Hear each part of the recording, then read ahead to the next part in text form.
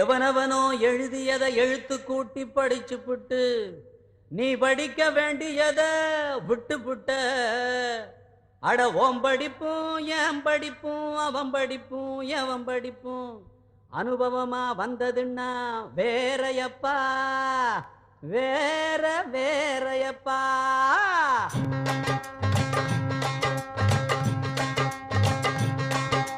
வாய கட்டி வைத்த கட்டி கண்ண கட்டி காத கட்டி என்னென்னவோ படிச்ச மச்சான்.